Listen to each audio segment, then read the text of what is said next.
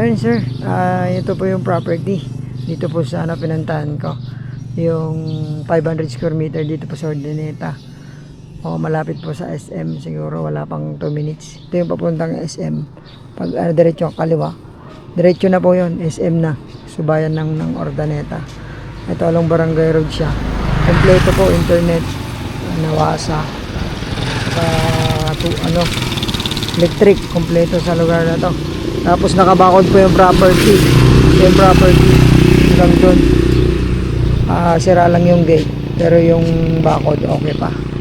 So nasa 20 meters po yung frontage nito, more or less. Tapos kapag sa bayan po ng Urdaneta to, siguro mga 3 minutes lang. Maganda po yung hinahanap yung event place dito sa kaya lang sir, masukal ngayon, pero kagandahan po nito, nakabakod na. Tapos solo title po siya.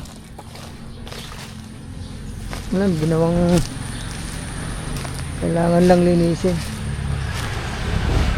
Mataas po sa lugar na to, hindi po binaba, saktong sakto yung hanap natin. Ayan, kabakod po dyan, kabakod din. May tanim po na tatlong mangga. Sir, saan didiretso yung daan na yan? Yung didiretso na yan? Yung daan na yan sir, saan didiretso? Going to Kamanang. Ha? Kamanang. Barangay Kamanang. Barangay Kamanang daw po dyan. So ito po sir, magandang lugar. May labas ka rin dyan. Sa mga na yan. Saktong sakto po yung hinahanap natin. Pang natin. Tapos yung frontage maluwang din. Kailangan lang pong linis talaga nito. So dito po sa Urdaneta, medyo ang price dito medyo pricey din talaga. Kasi malapit sa mga school, mga sa SM, sa bayan, ganyan.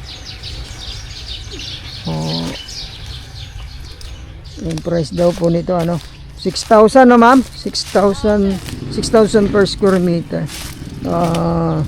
Kung kausapin natin yung seller nito, kung makipag-negotiate po tayo sir, para kung pag-usapan na lang po yung mga bayarin sa BIR, ganyan, papakausap ko na lang po sa inyo yung natin dito. Ito po sir, sana po kasi maganda po yung place, malapit po sa lahat. Ayan po, thank you po sir, God bless. Sana magustuhan nyo itong property. Thank you, God bless po sir.